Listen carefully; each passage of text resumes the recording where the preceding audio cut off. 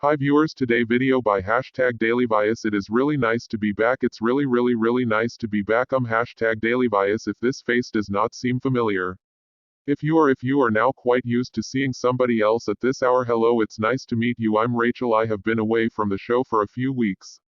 I took a hiatus #DailyVice to give myself a little reset and also to work on some other MSNBC projects that I've got cooking. I got to tell you, the hiatus has been fantastic. I am really grateful for it. I know it is an unusual thing to get in this business. I am very grateful to MSNBC and MSNBC's president for letting me do it. I'm profoundly grateful to the staff on this show for #DailyVice keeping everything running, for doing such great work while I was gone.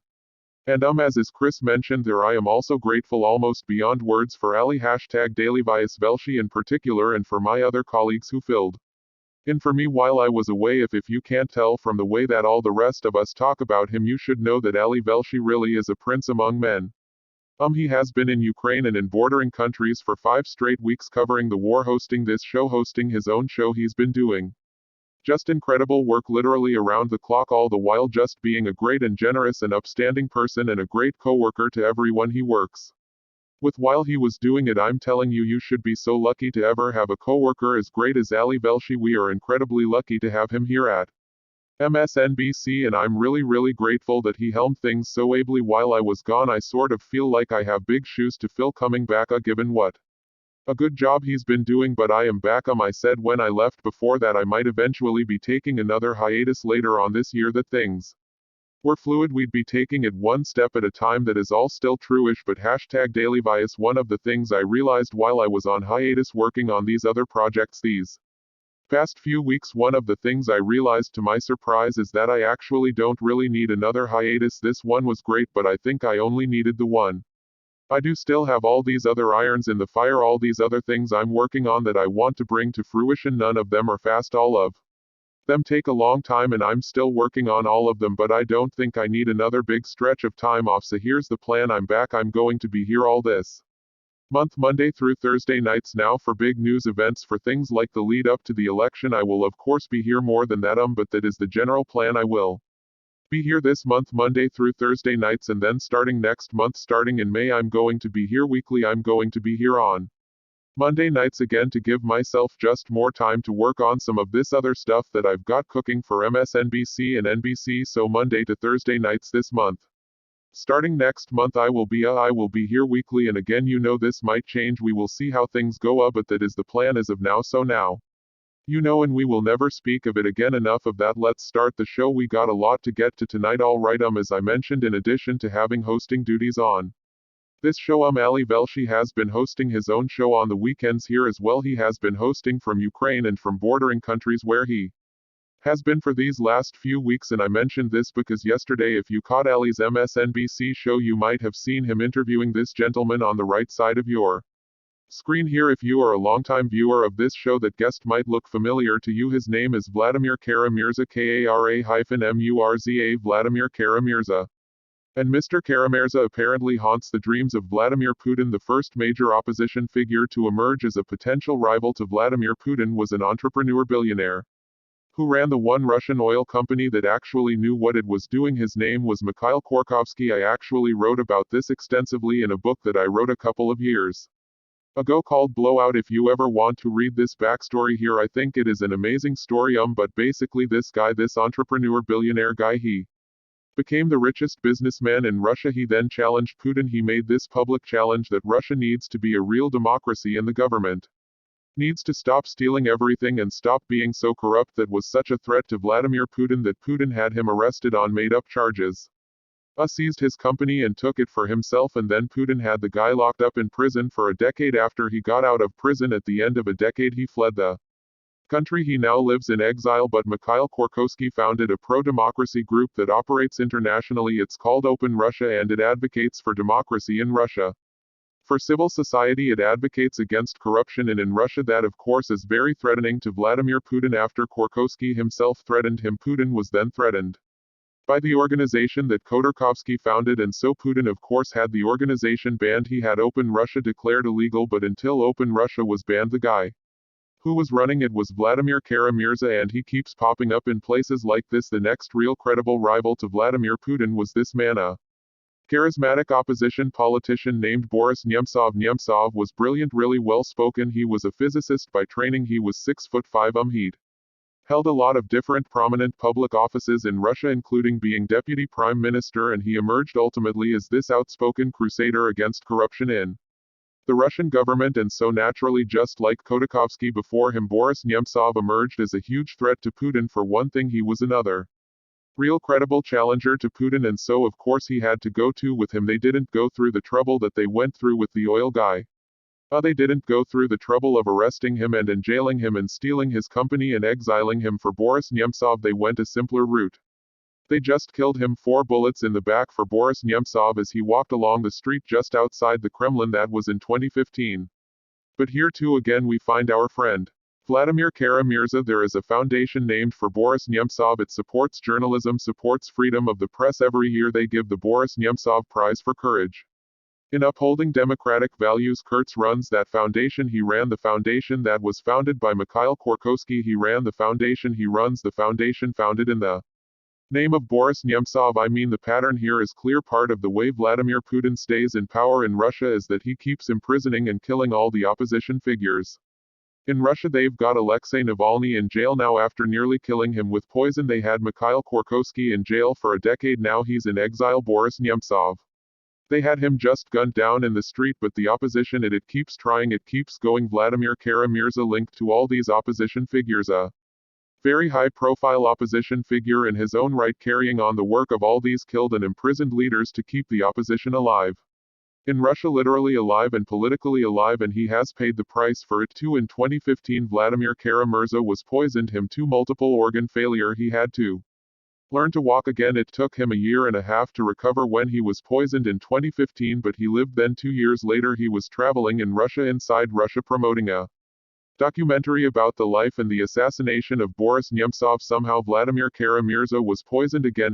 #Daily Vioce. Twice in 2 years, again in and out of a coma, multiple organ failure again. His wife somehow got him out of Russia and into the United States for him to try to recover here. Doctors here told her that he had a 5% chance of survival, but he survived, and in 2017, as he was still recovering from that second assassination attempt, and in fact he was right here. On this show we saw the offices of Alexei Navalny's organization get ransacked and have all their computers and all their paperwork and all their staff getting arrested. Open Russia getting banned this week. The raid on your offices there this week. I mean, how do you maintain any sort of momentum, any sort of organizing structure against that? Well, I mean, the other side, if you just look at it formally, the other side of course does have a massive advantage, right? They have all the so-called law enforcement agencies, they have the entire propaganda machina, they have the whole power of the state on their side. #Daily Vioce. But what we have, I think, is something much more important, and that is the truth. We have something much more important, the truth. Vladimir Kara-Murza, Russian opposition figure, is Vladimir Putin's war against Ukraine grinds on now. Written what day? 44. Day 45. As tonight we feel the first unconfirmed reports that Russian forces may have used a chemical weapon in Ukraine. As the number of Russians arrested for opposing Putin's war dwarfs the number of arrests we saw even from the big opposition protests in Russia in 2012 and 2017. As Putin has now eliminated the last vestiges of the independent press in that country, as he has made it a criminal act to even call the war in Ukraine a war. As thousands, as tens of thousands of Russian citizens have fled their own country, probably permanently, to escape Putin and what he is doing now to Russia as he wages this war.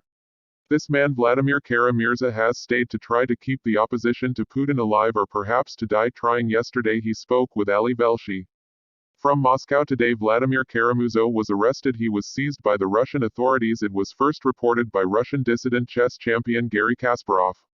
Was later confirmed by the Boris Nemtsov Foundation, with which Mr. Karamazov leads. Mr. Kara-Murza was taken earlier today by Russian authorities. His whereabouts tonight are unknown. When he spoke with Ali just yesterday, and I want to say that he knew it was coming, but he knew he was in Russia at this time, still speaking his mind. And he was eyes open, facing it head on. Are you worried about speaking out against the Russian government and against this war and invasion from Russia? We all know the price, we all know the cost, but we also know that there are millions of people in Russia who categorically oppose Putin regime and everything it's doing, both in terms of domestic repression and in Terms of the external aggression, we know there are many people in Russia who want our country to be a normal modern democratic European state. I think it would be very demoralizing those of us who are sort of the public faces of the pro-democracy movement, of the opposition movement, but I'll just leave the country.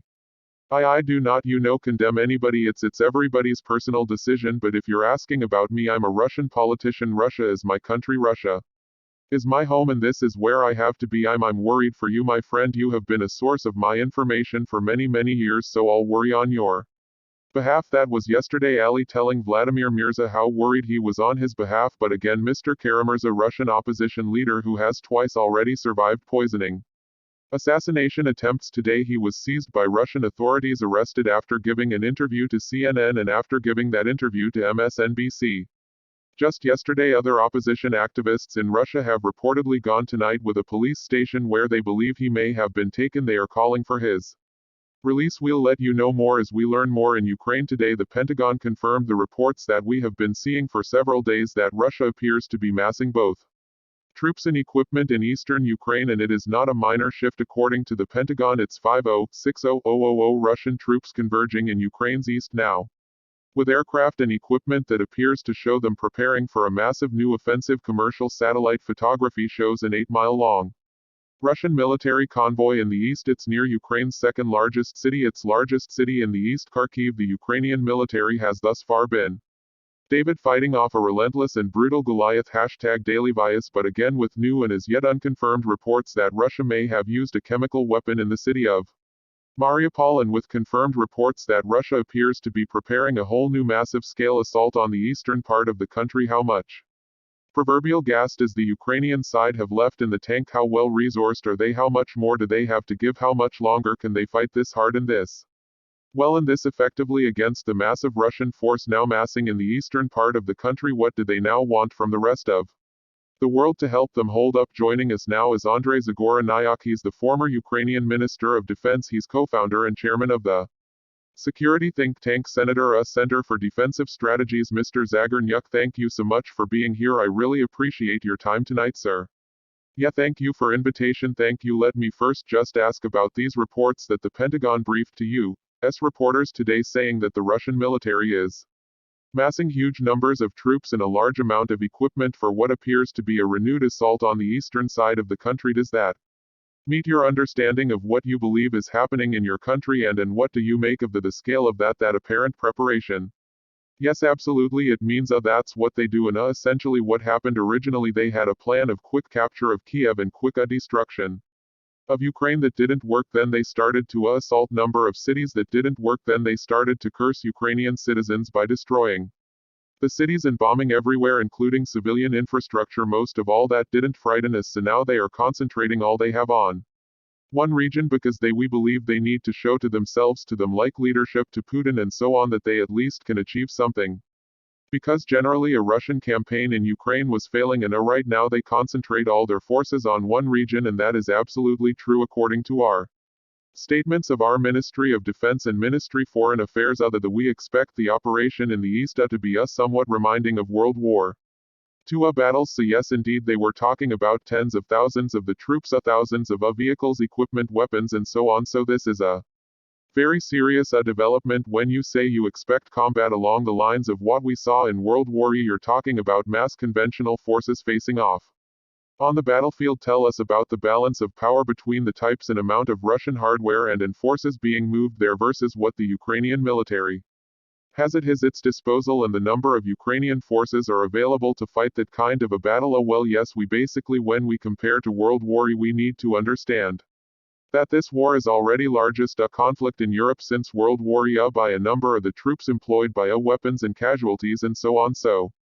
we're talking about a very serious war which is happening right now in Europe, and of course we have personnel which is ready to defend our country. We have no shortage of volunteers who have reserves who are ready to join. Our biggest issue, which we of course can replenish with our own forces, but something where we need support, is equipment, basically weapons. Particularly this war is going to be very different from what has been so far. Because what happened before was that Russians tried to attack from all different sides, all different places. They had reasonably limited troops in #daily Vioce. Many locations around Ukraine, and our small small group tactical approach was very efficient, and that's where our allies with of course the United States first of all, who supplied us with the javelins and stingers, and United Kingdom with other anti-tank equipment. That's where it was useful because we could use that. However, we also used a lot of artillery, and we used it very successfully, and that's how Russians couldn't be successful in their attempts. This phase most likely is going to be old Hillary, all long range, all what is called major firepower. So this is going to be the war where actually physically the two sides may not even see each other in a plain sight. So this is much more dangerous and much more deadly, if I may say so. So yeah, it's a serious challenge in terms of the kinds of weapons you're describing needed for that kind of a battle. To what extent does this mean that this is a qualitatively different type of ask, a qualitatively different type of request? You need obviously replacement for the artillery that's already been expended in the fighting thus far, but do you need new kinds of weapons that you haven't had to use before in the kind of small group tactics that you were just describing? We need to have armored vehicles, we need to have what is called a multi-launch rocket systems and artillery, and that's what we've been using at home. And this is we know where well how to use but of course our stokes are not like endless, and that's why we've been asking for help with our allies, including United States. Of course it's not something totally new which we've never seen before, but this is something where our partners can definitely step in. Former Ukrainian Minister of Defense Andrei Zagaret Nilam. Mr. Minister, thank you so much for your time. Thank you very much. Good luck. We appreciate you joining us tonight. Thank you. All right, we've got much more to come here tonight. It's good to be back with you. Stay with us. I know the news about the war most days feels overwhelming. Some days it feels like you may just want to check out of it altogether. I will tell you, we've got a bunch of stuff to get to on tonight's show that is not about the war at all, but since I'm just back at this after being away for a little while, there's a couple of things that I just kind of want to paint as a target here. A couple of stories that I think it's worth pointing out might be important in the days ahead, things that are worth keeping an eye on in terms of new types of potential confrontation looming, including potentially American levels of confrontation related to this war. Again, like I said, two stories. The first one is about communication on the ground in Ukraine. Ukraine's military, also with civilians like all countries around the world, including ours, they rely heavily on GPS, on global positioning system every day, whether it's for military stuff like coordinating targeted missiles and drones, are dealing with disaster response, or just allowing everyday people to find their way around using maps and directions on our smartphones. The world relies on U.S. owned and operated GPS technology. I say it is U.S. owned and operated even though it operates around the world, because the U.S. provides GPS technology to most of the world for free.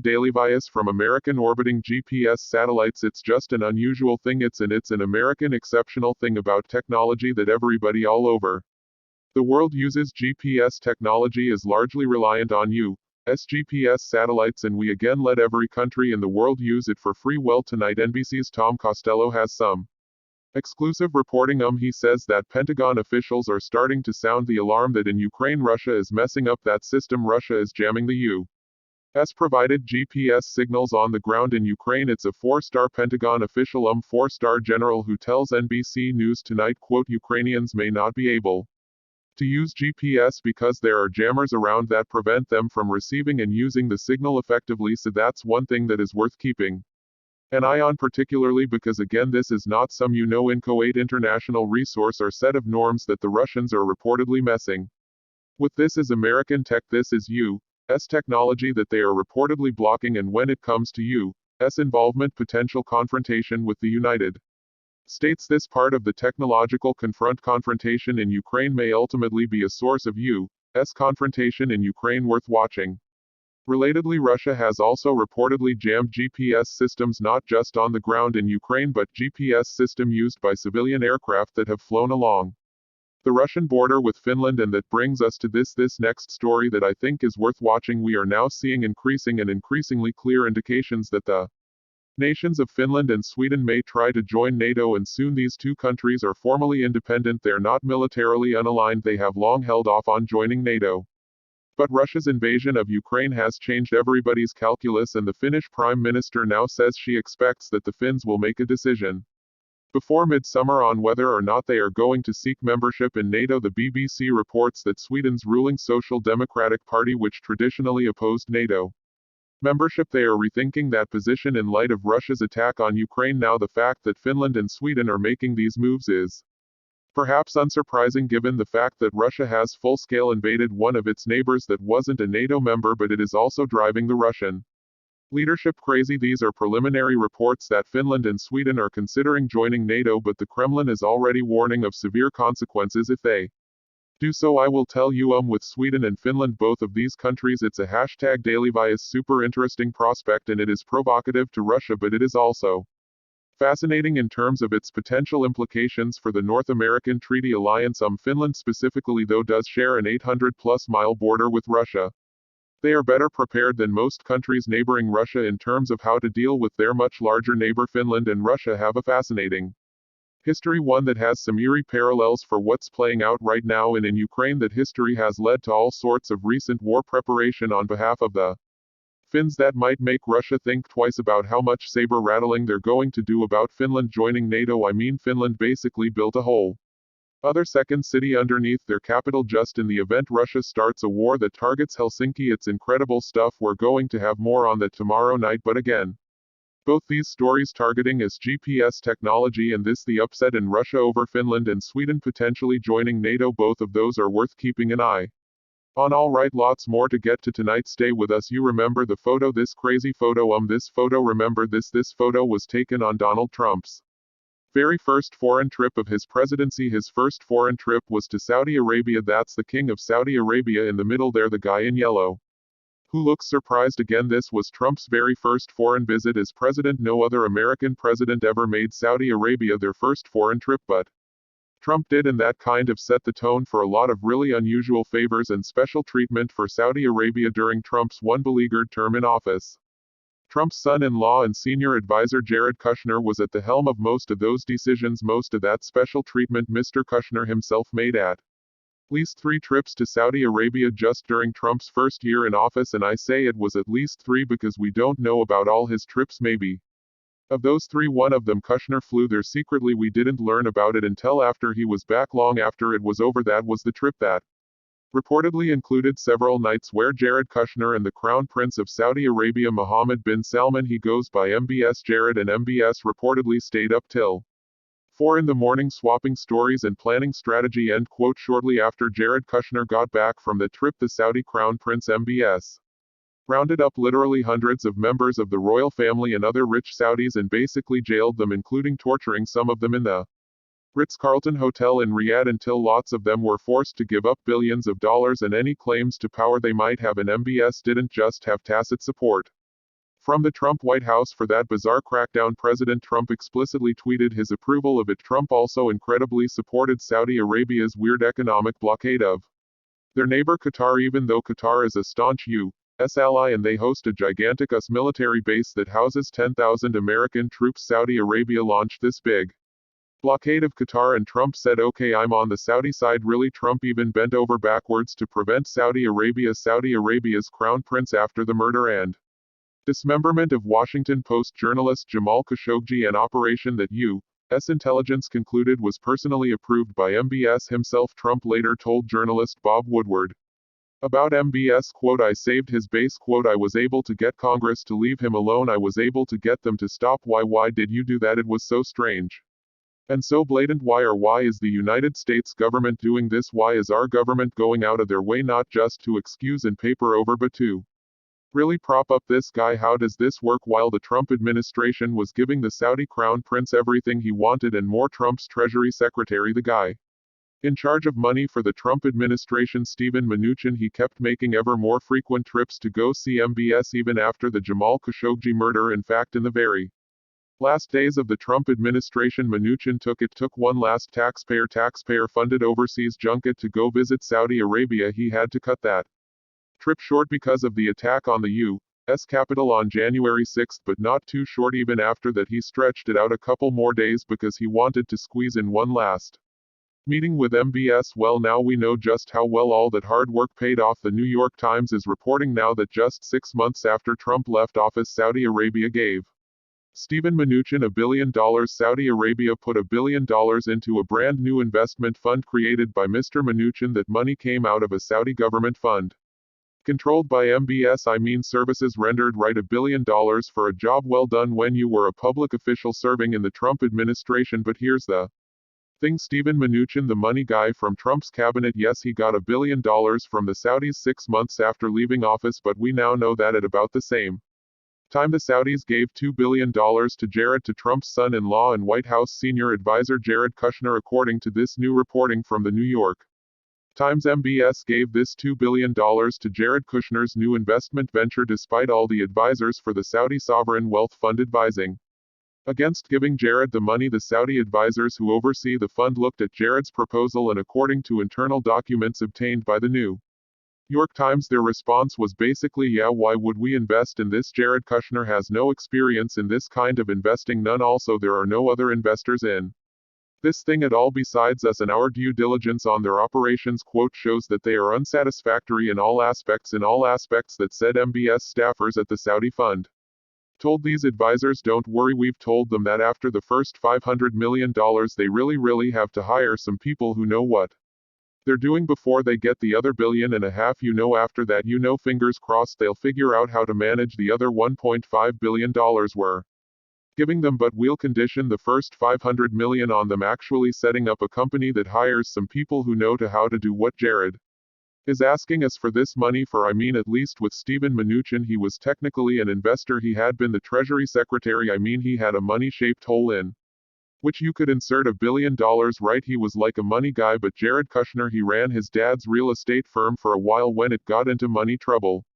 I mean, with Mnuchin, the deal still stinks to high heaven, but on paper at least he kind of makes sense as a place for the Saudi government to park some money. Maybe the Saudi government, though, then gave Jared Kushner twice as much money on more favorable terms, on the vague hope that Jared will eventually hire people to do the actual work of managing their investment. Why was Jared worth twice as much as the $1 billion they gave Mnuchin? Well, presumably in his case it's not just services rendered, but services to be rendered. There's always the prospect that Donald Trump might be president again. Who knows if Trump would pick the same cabinet secretaries again? Who knows if Steven Mnuchin would get the job back again? But he'll presumably have the same son-in-law, so maybe it's payment for services rendered and also services to come. When one of the skeptical Saudi advisors asked why they couldn't at least cut back the amount they were giving Jared, Mabessa's staff replied that the whole point was to, quote, form a strategic relationship with this new fund and its founder Jared Kushner, and cutting back the $2 billion stake they were giving him could screw that up. The Saudi government under MBS giving Jared Kushner $2 billion really does look like not just payment for services rendered, but also a down payment for services expected. If you had to explain corruption, if you had to explain being compromised by a foreign power to like a 7-year-old, this would be a good coloring book to start with. What are we as a country supposed to do about a situation like this? Joining us now is Congressman Jamie Raskin, Democrat of Maryland. He sits on the Oversight Committee and the Judiciary Committee. He's a member of the January 6th investigation. Congressman Raskin, it is really great to see you. Thanks very much for being here. Well, I'm delighted to be with you. Rachel Maddow, and welcome back to your show. Thank you very much. I know you've been keeping the seat warm for me, sir. Let me ask you, I am floored. I shouldn't be Floyd. I'm floored by this New York Times reporting because at #DailyVice does feel like a textbook example about somebody being compromised by a foreign power, and it also feels like a bribe to us public officials. Is there a more complex way to see it, or are there other nuances of this that aren't immediately visible to those of us reading this reporting? It was a money-making operation from the beginning. That's the way I see it, and I do fault the Democrats for not more aggressively pushing the foreign government emoluments that Donald Trump was raking in from Saudi Arabia and from the United Arab Emirates and from Indonesia and from governments all over the world. And it was a money-making operation from our own government as department after department, agency after agency spent their money at the Trump hotels and the golf courses and so on. And so of course they're back in business, both for the pure capitalist motive there, but also in order to put the money together to get back into power. And every kleptocrat, autocrat, dictator, bully and despot on earth is now rallying behind Donald Trump, and they want to restore him to power, and they believe it will mean the end to a democracy in America and an end to democratic government in America being On the side of human rights in democratic countries around the world, is the law silent on the ability of former public officials and potentially future public officials to take money like this from a foreign entity that they served, and in this case served quite favorably while in public office? Is this something that we expect people to not do because of shame, or are there legal constraints on taking this kind of money from a foreign entity? Well, I'm not that familiar with exactly where the money is going and what kind of accounts it's being deposited, and if it's all under the banner of business deals or arrangements, there's little that can be done except under certain corruption statutes if they think they're getting something directly back from the government right now. So it's a tough situation, but I wouldn't say there's nothing available, but we'd have to really put it under a microscope to figure out what's going on. And in my interpretation, just having looked at the stories today was exactly yours, that this is a down payment on corrupt relationships in the future. It's an investment in the restoration of the Trump occupancy rather than the payoff for services rendered. I wondered looking at this and thinking about previous corruption scandals and actually in sort of foreign compromise scandals in the U.S. government, thinking all the way back to World War I, and how we got the Foreign Agent Registration Act, for example, was in response to the fact that at that point the Nazi government was abusing its access to U.S. taxpayer funds to try to propagandize to Americans in this country, and the Congress looked at that and passed the Foreign Agent Registration Act in 1938 to try to head off that sort of thing. I was wondering if an entity like the Oversight Committee on which you sit might look at this as an oversight matter, specifically with an eye toward creating new federal legislation that would ban something like this for former officials in the future. Well, yes indeed, and I've got legislation called the Get Foreign Money Out Act with several dozen co-sponsors already, which is really an attempt to address a gaping loophole that was opened up by the Citizens United decision, and President Obama at the time called it out, and he said, if what we're saying is that corporations can spend to the heavens in order to advance their agendas, a corporation doesn't really have a citizenship or nationality the way that a person does, because you can put foreign money into a domestic corporation. And so this is the Get Foreign Money Out Act is an attempt to address at least part of the problem revealed by what's happening here, which is the infusion of foreign government money or foreign corporate money into domestic corporations and then channeling that money directly into our politics. And we've seen the way in which Putin and his autocratic army have attempted to inject ideological, racial, ethnic, religious poison into the lifeblood of American politics through the social media back since 2016. I mean, that's what the Cambridge Analytica story was all about, so it doesn't take much to alter the chemistry of a nation's politics this way. So this is one of the bills I'm hoping we're looking at, in addition to others that deal with this general problem that you're raising about foreign governments that will make a long-term investment in a potential president. Yeah, a multi-billion-dollar investment in this case, and his son-in-law, Congressman Jamie Raskin. Sir, it is great to see you. Thank you so much for your time tonight. Great to see you, Rachel. Alright, we got much more news ahead. Stay with us. Thanks for watching this video by #DailyVice channel following.